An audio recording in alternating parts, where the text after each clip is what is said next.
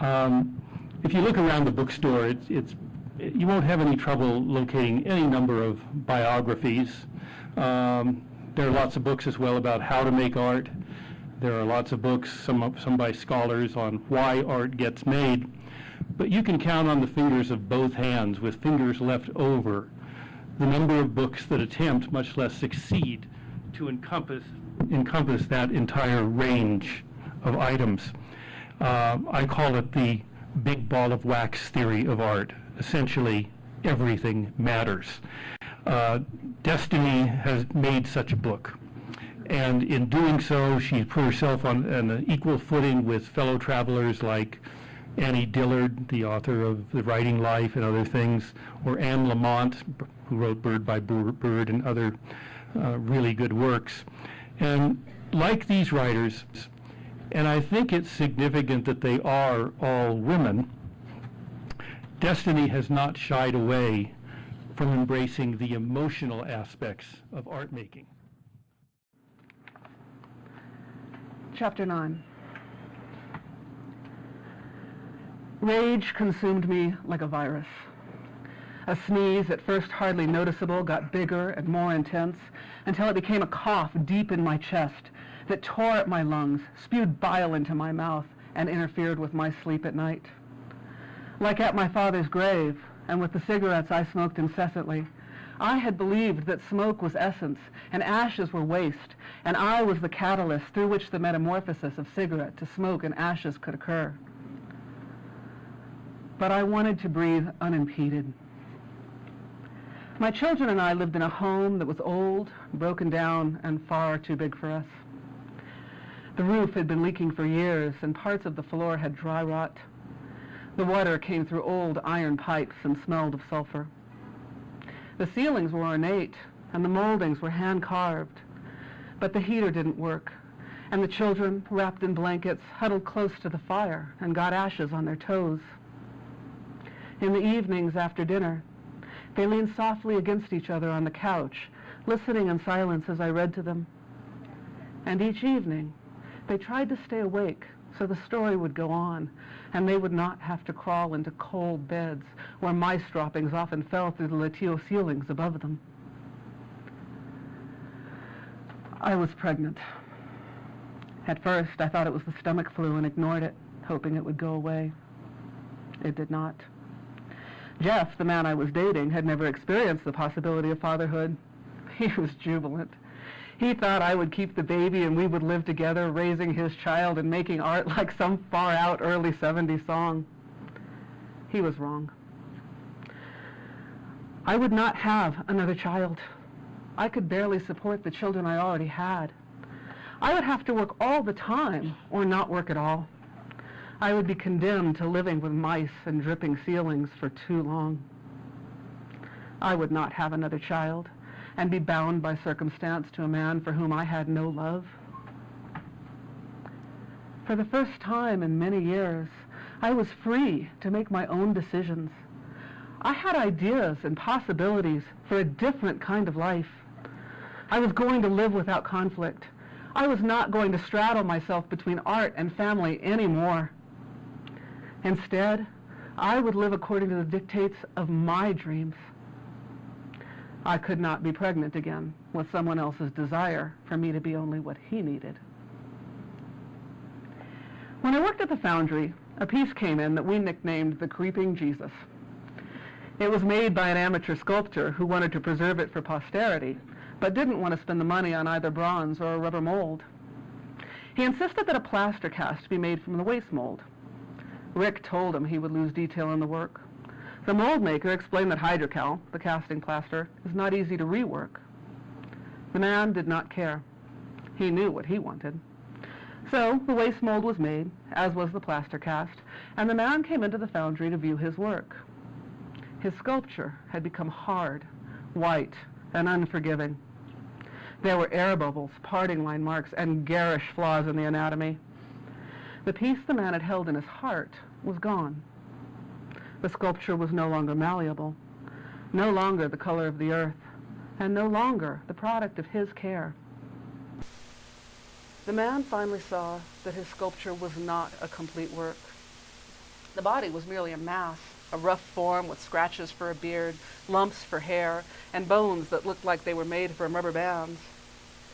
The hands and feet were more carefully worked. They looked like they had worked so painstakingly that they had nothing to do with each other or with the sculpture as a whole. The creeping Jesus was a body shape with hands and feet that looked like they were from 4 different people attached to it. The man had lost control of his creation. He saw only what he was willing to see. And because of that, he was not prepared to deal with the consequences of his actions or the truth they revealed. He was in a moment of catharsis. He had never worked plaster, and the casting plaster we used was especially hard to manipulate. He did not have the skills to fix the mistakes he had made. To work the piece in its new form, he would have to acquire new tools, learn a new language, and begin a new process. He did not make that choice. It was easier for him to blame the foundry for destroying his art, and it was easier for him to remake the same sculpture again in clay.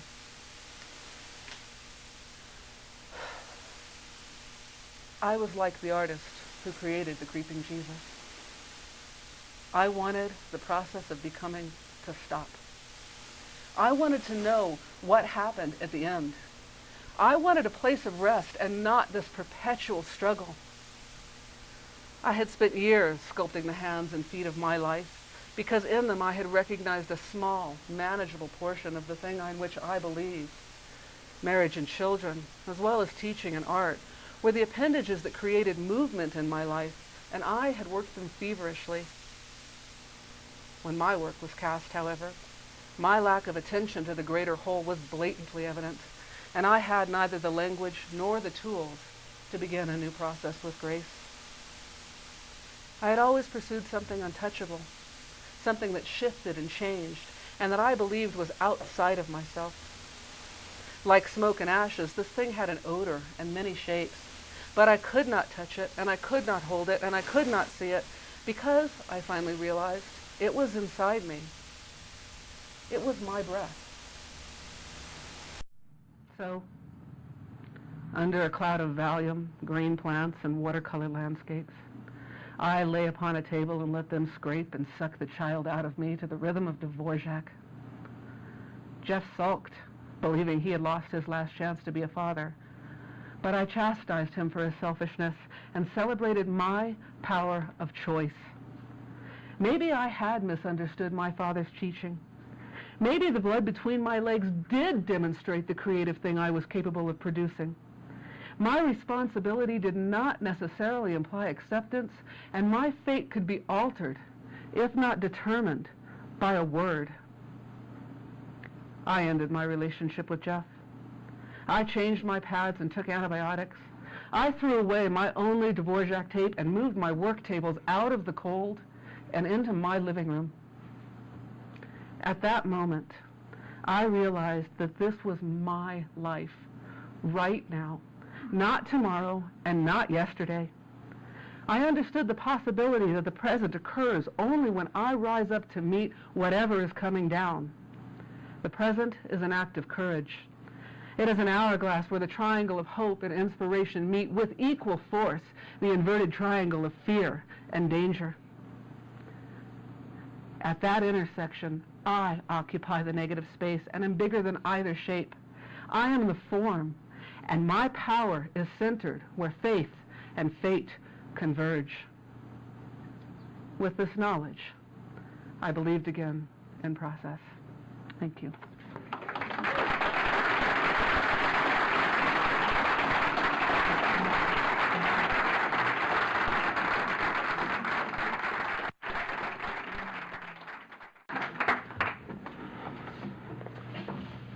That sort of slowed you down. So we'll have to use this mic in your wireless. Okay. Well, take a deep breath, relax for a moment. I'm going to turn this one away, or do you want me to stay here? Yeah, you don't need to use that. Okay. I think there are many threads to this narrative that we could follow. And I guess I really do feel like I'd like to take a breath and take up something not exactly superficial, but pretty Lighter. far removed from all of that. It may or may not be known to those of you out there, but Shaping Destiny, the book, is self-published. And it is a pathway that artists have used for, well, since the invention of the printing press, I suppose. But in recent years, it's become much more possible and viable. And, but I'm intrigued. I think that artists are, depending on how you look at it, they're either perfectionists or they're just plain anal compulsive and prefer to keep everything in hand. All of my books are self-published, and it involves a learning curve with a lot of things that are unrelated to the art you're making, the other art you're making. So I'm just giving you time to gather your your wits here, because I'd like to ask, how did the decision to self-publish evolve, and would you recommend it for others? And at least with your toe in the water here right now, do you think it's working? This is my launch, so I have no idea. Buy the books, people. Actually, Ted, you were a huge inspiration to self-publish. I don't know if any of you know the story of how Ted and I connected, but 10 years ago, when I finished the first draft of this book, there really wasn't a genre for the book that Shaping Destiny is. And I racked my brains, and I talked to lots of publishers, and everybody had the same response. This is a great book. Who do we sell it to? We can't market it. Divide it in half. Make it one a memoir and one, the sculptural thing. And I refused to do that. It's intrinsic to the book, the way it's shaped. And so as I was going down the list of books that were sort of similar in some way, I came across Image Continuum Press. And I picked up the phone, and I called, and I said I'd like to talk to somebody about submitting a manuscript, and blah, blah, blah. And Ted was the person on the other end of the line. And Image Continuum Press was David Bales and Ted Orland. Yeah, And we were the press, it sounded pretty good, but we can say it in a high voice, but it's still us. So I was, so obviously that didn't go anywhere. They weren't taking on, young aspiring authors at that time, and it wasn't, for a lot of reasons, the right time to release the book, and I'm glad that I waited the time that I did. But when I got ready to start down this process, I tracked Ted down, and I emailed him, and I sent him this little thing saying, is this Ted Orland? Sorry if it's not, and do you remember me? We had this conversation about 10 years ago, and Ted was great, and he came right back, and he said, yeah, actually, I do remember that conversation. And that was the start of hopefully a long friendship. And he was kind enough to read the book and give me the strength and the courage that I needed to put it out in the world by reading it, giving it a very thorough read and critique, and then endorsing it, which was huge for me. I chose to self-publish because I'm a businesswoman as well as an artist, and it doesn't make any sense with the state of the publishing industry right now to have a book published unless you really need the pat on the back and you don't know what it is to work harder than you've ever worked in your life. And I know how to do both. I don't necessarily need the pat. I have a lot of people around me who are supportive, and I am willing to do the work. So we'll see where it goes. Well, thank you. I asked that partly because I know to a certainty that everybody has a book inside them. It's like one of those books, Free Your Inner Volume 2 or something. It really has become a pathway that is much more viable. And we'll throw the ball out to you to ask some questions here pretty soon, but anything is fair game, and you may want to take up that issue. But coming back to something that's still a half step removed from the book itself, there is obviously a large intellectual component in your thought processes. Where did it come from?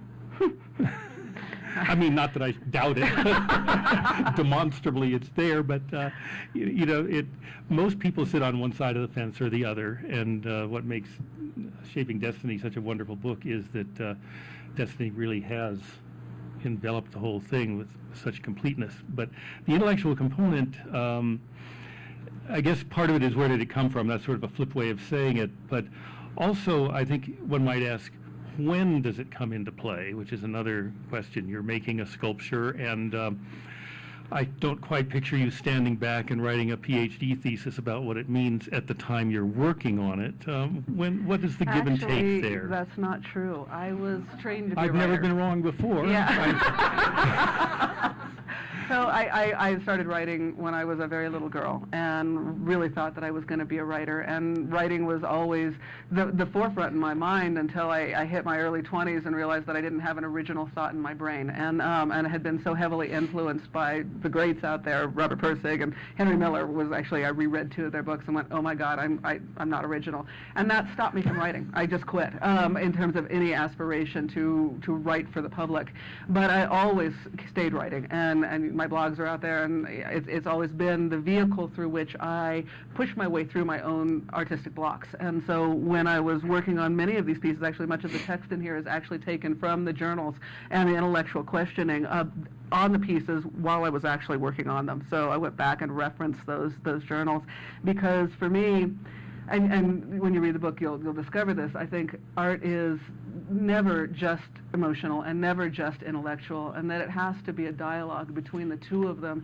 And when that dialogue occurs is when the magic happens and the thing starts to breathe, much in the same way that as humans, if we're just emotional or just intellectual, we're pretty dry, we're pretty static, and we're not real happy in life, we're not engaged. And so in coming to the book, or coming to my writing back and forth with my sculpture, when I would get to a certain place or feel overly emotional or overly sentimental, I'd hit the computer, and that would give me the ability to kind of take a deep breath and step back and think about the questions that I was actually asking. My work, doesn't come from, I think that's a pretty thing over there and I'd like to do it. When something inspires me to approach it, I come at it from a question. And, what does this mean? Why is this happening to me? How do I understand the nature of the universe? And those are the questions that I seek in my work, and consequently writing has always been a part of that questioning process. Discover underlying nature of reality, I see. I think we all go through this, but you kept a journal, but you also had over the years a changing and sometimes constant circle of friends who worked with you at the Foundry. And how important were they in the interchange and the development of ideas? Critical. The people that I chose to include in my book were the people who had the most profound impact on me. And this is not a memoir like you would normally see. There's not a lot of conversation. There's not a lot of character development. I took snapshots of really important moments and people in my life who altered me in some way that I didn't recognize until years later in many instances, but who gave me the tools that I needed to go a little further. And I will never express my gratitude, even when some of those friendships had failed over the years, to those people who gave me what they did when they did. Well, I would dispute the thought that there's not a lot of conversation and not a lot of personal give and take in the book. It may not be a novel, but as art books go, it is intensely first-person singular. Yeah. And I've been accused of being a little self-centered. Yeah. So, and it's a virtue. I cultivate it. And I just have a couple of other notes. You can see how organized we are here. We sort of sat down this afternoon and talked about the possibilities. But let me take one deep cut into the material here and ask you, and you can reinterpret this question or reframe it any way you want to. How agonizing or easy was the decision to include family and personal stories in the book? Did you, I look at it from a standpoint of they're going to see what I said about them. That would be my first sort of superficial panic button that would go off, and then other things would probably come into play also. So was this just a natural process for you, or was it, or was there a lot of editing of the different drafts where you rounded off the edges or brought out the details? There are literally cases of drafts of this book where I put stories in, took them out, put them in, took them out. It's an interesting question, and I think probably the driving thesis of the book. If you're not willing to examine your own life honestly, then you're never going to transform it. You're always going to stay stuck repeating the same processes.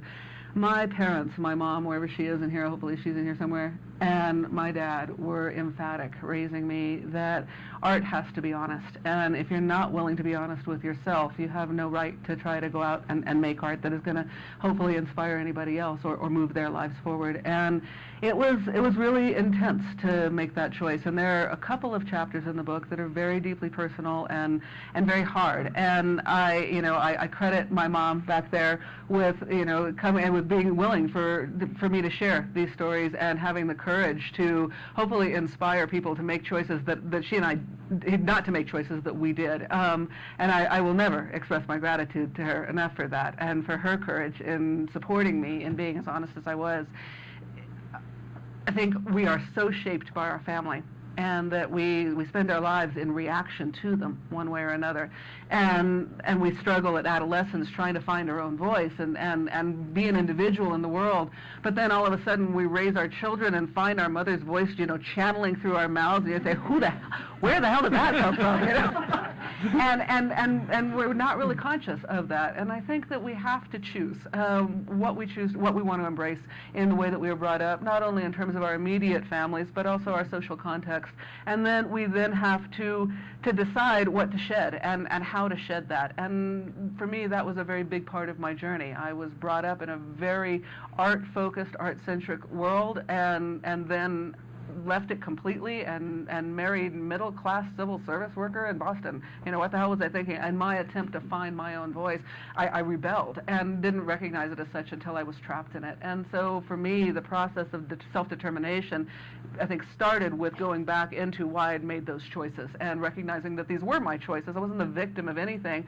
I put myself here for a reason. So why did I put myself here? And that is what the book is about. That's the story of it, is that examination of myself, my family, my history, my circumstances, our tradition, over the last several thousand years, as well as, as a desire to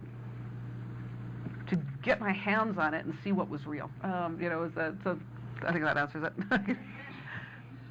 Yeah.